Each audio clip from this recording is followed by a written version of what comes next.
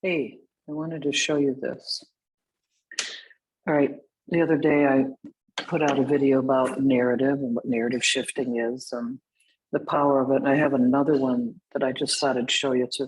It's really powerful, really straightforward. And once you start listening for this narrative in yourself and in other people, you'll be very surprised how prevalent this is. And I have a couple of theories about that, but the shift is from this idea that there is never enough to there's always enough. So stick with me here a minute.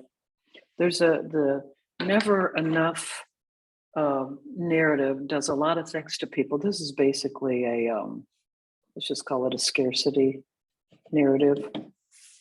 And in the scarcity narrative, there's not enough money, there's not enough time, there's not enough talent that's available, there's not enough people, there aren't enough jobs. I mean, it goes on and on.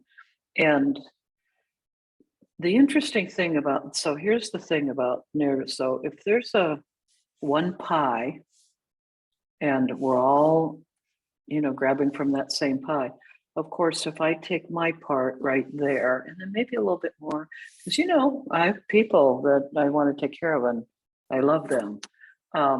If one of the things that this kind of narrative does is it really creates a lot of, like, I'm just going to say, the wrong kind of competition, the kind where if I get more, you get less.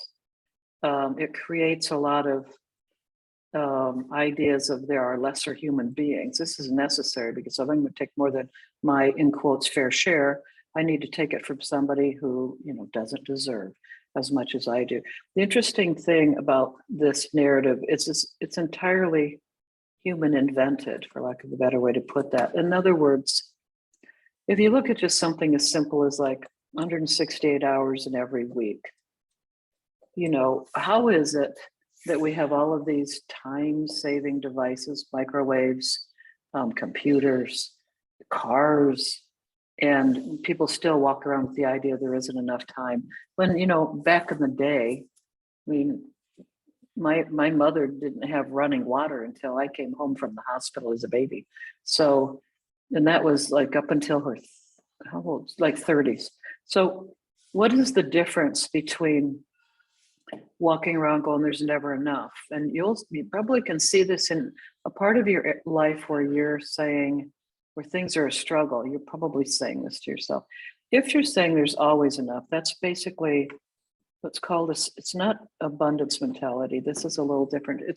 It's called a sufficiency mentality. And the thing about a sufficiency mentality is, just to get this out of the way to make sure that you aren't worried that I'm telling you like, oh, you need to like live more simply, or you need to cut back, or you need to lower your expectations, or stop striving for more. Like you have enough. That's different than there's always enough, because if you have the idea that there's always enough, when you're looking for a problem, since there's always enough, you start looking at existing resources, including and especially inner resources. And the thing about this idea that there's always enough that is quite different is that instead of like, I have to take from this ever shrinking pile, which is what goes on over here, is like, well, I'm gonna, these are the resources I already have, but there probably are some more out there that I haven't thought about. And most of the time, if you look at people who are doing fine, it isn't so much that they have a whole bunch of resources, it's more that they are resourceful. In other words, they go find resources inside themselves often. Now, the reason I'm bringing that up is if you can shift from never enough to always enough, you start thinking less about, I have to fight for these scarce resources, and you start thinking much more about distribution. So I'm going to give you an example of that. I believe if we took all of the food that we threw away as a whole world and we put it all into go boxes, and it stayed good and clean and fresh and all that, I think tomorrow the entire planet could eat on what we threw away today. So that's one. You think about that. That's a distribution question. Here's another one. Let me just turn this up. There we go. Back in the day in 1995, I was living by myself, and oops, I was living in a 1-bedroom, 1-bath place that had a couple nice large closets, a nice kitchen with a dishwasher, a dining room, a living room. It was a nice little place. The reason I'm bringing that up is here's the thing to think about with respect to, is there enough? 8 billion people in the world. 8 billion, that's a lot of people in the world. That's a lot of people. How many acres are there in Texas? It turns out there are 172 million acres of land in Texas. If you put the whole world of people in Texas, it turns out every person would have 930 square feet for themselves, the exact size of that apartment that I lived in for a year and a half or a couple of years. Now, if you think that way about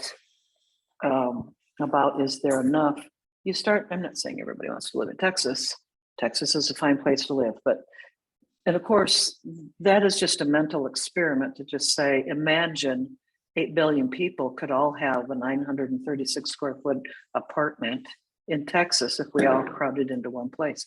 My point on that is, once you think about it, that it's not, there's not enough, there's enough, there's not enough. Once you start thinking, let me just put this back this way again. Once you start thinking about that it isn't just this tiny little pie that has to be split, but that resources and resourcefulness grows, you start thinking about, well, how would I distribute my time? How would I distribute my money?